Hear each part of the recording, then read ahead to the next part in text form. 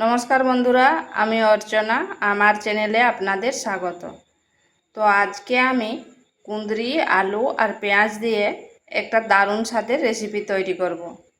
এটা বানানো খুবই সহজ আর খুব তাড়াতাড়ি হয়ে যায়, আর খেতেও কিন্তু দুর্দান্ত লাগে। তো চলুন দেখে নেওয়া যাক আমি কিভাবে এই কুঁদরির রেসিপি তৈরি করি। এখানে নিয়েছি 300 গ্রাম কুঁদরি। কুঁদরিটাকে ভালোভাবে ধুয়ে নিয়েছি, ধুয়ে করে জল ঝরিয়ে নিয়েছি। এরপর আমি কুঁদরিটাকে কেটে নিচ্ছি। আমি এখানে কুঁদরিটাকে এইভাবে লম্বা লম্বা করে কেটে নিয়েছি, মানে একটা কুঁদরিকে 4 ভাগ করে নিয়েছি। আলুগুলোকে এইভাবে লম্বা করে কেটে নিয়েছি, আর পেঁয়াজটাকে এইভাবে সরু সরু লম্বা করে কেটে নিয়েছি। এখানে কড়াই বসিয়েছি, দিয়ে দিচ্ছি সরষার তেল। আর এই রান্নাটা অবশ্যই সরষার তেলে করার চেষ্টা করবেন, কারণ সরষার তেলে যদি রান্নাটা করা হয় তাহলে টেস্টটা দারুণ হয়। এরপর আমি দিয়ে দিচ্ছি কেটে রাখা কুঁদরিগুলো।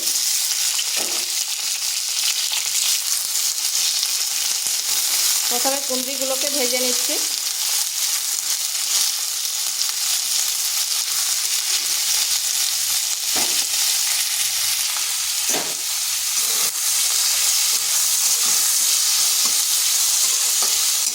কুঁদরিটা ঠিক হালকা ভাজা ভাজা হয়ে গেছে। এরপর এখানে দিয়ে দিচ্ছি পরিমাণ মতো লবণ। লবণটা আমি আগে দিইনি, আগে দিলে অনেক জল বেরাতো, তো কুঁদরিটা ঠিক তাহলে ভাজা হতো নি, সেদ্ধ ভাব হয়ে যেত। আর ভাজা কুঁদরির টেস্ট আলাদা, আবার সেদ্ধর টেস্ট আলাদা লাগবে।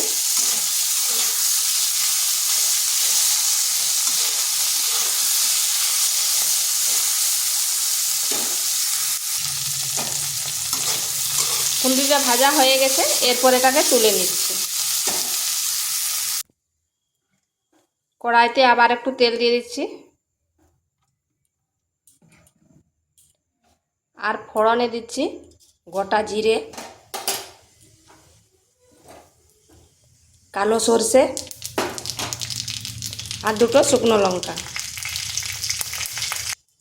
এরপর এখানে দিচ্ছি 7 থেকে 8টা রসুন কোয়া, এইভাবে লম্বা লম্বা করে কেটে নিয়েছি।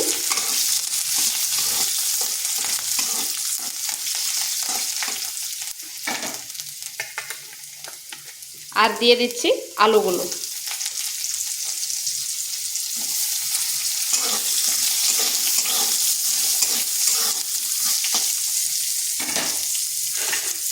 আর দিচ্ছি কেটে রাখা পেঁয়াজটাকে ওইভাবে লম্বা লম্বা করে কেটে নিয়েছি।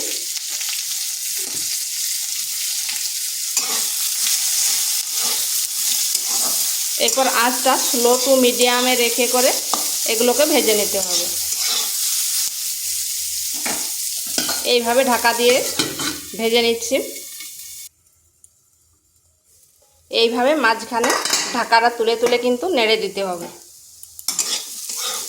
আমি ঢাকাটা তুলে করে এইভাবে নেড়ে নেড়ে ভেজে নিয়েছি। আলুগুলো দেখুন লাল লাল হয়ে গেছে, মানে হালকা ভাজা হয়ে গেছে। এরপর এখানে দিচ্ছি পরিমাণ মতো লবণ। যেহেতু কুঁদরিতে লবণ দেওয়া আছে, তার লবণটা একটু আন্দাজ করে দিবেন।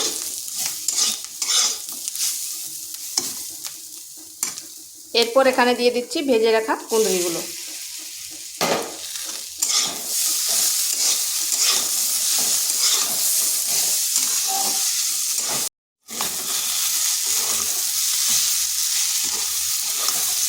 লেবুর রসটা দেওয়ার ফলে বেশ চটপটা হবে, আর ঝাল ঝাল চটপটা খেতে ভালো লাগবে। আর দেখুন আলুগুলো সিদ্ধ হয়ে গেছে, আর কুঁদরিটাও সিদ্ধ হয়ে গেছে। তো এটা আমার হয়ে গেছে, এরপর নামিয়ে নিচ্ছি। তো কুঁদরি আলু পেঁয়াজের রান্না হয়ে গেছে। এটা গরম ভাত বা রুটির সাথে খেতে কিন্তু দারুণ লাগে। তো ভিডিওটা ভালো লাগলে লাইক, শেয়ার, কমেন্ট অবশ্যই করবেন, আর নিত্য নতুন রেসিপি পাওয়ার জন্য চ্যানেলটিকে সাবস্ক্রাইব করবেন।